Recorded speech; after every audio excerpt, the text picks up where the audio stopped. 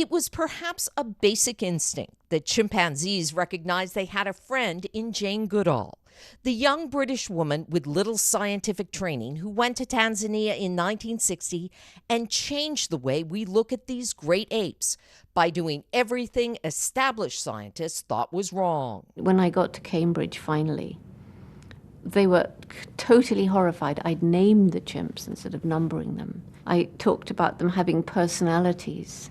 I talked about them having minds and being able to have rational thoughts and emotions, happiness, sadness, fear. And all of these things were supposed to be attributes only of humans. She discovered the chimps could make tools, described wars between groups of chimps, and captivated the world. Fortunately, when I was a child, I had a great teacher who taught me that in this respect, these erudite scientists were completely wrong, and that was my dog, Rusty. The child that fell in love with Tarzan of the Apes, as an adult, conducted her research by immersing herself in the chimp's habitat for endless hours of observation, building trust with her subjects.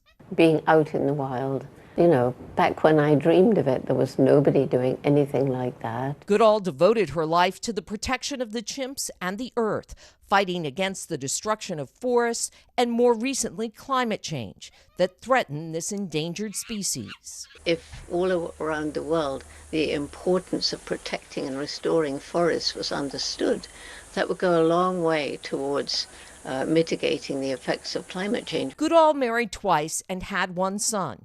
But her lasting legacy is the relationship forged in the wild. I want to be remembered for having helped people to understand the true nature of animals, that they do matter as individuals, that they do have a part to play in the scheme of things, and they're not just objects, they're beings, and they're part of it. Teaching us about chimpanzees and ourselves. Ann Thompson, NBC News.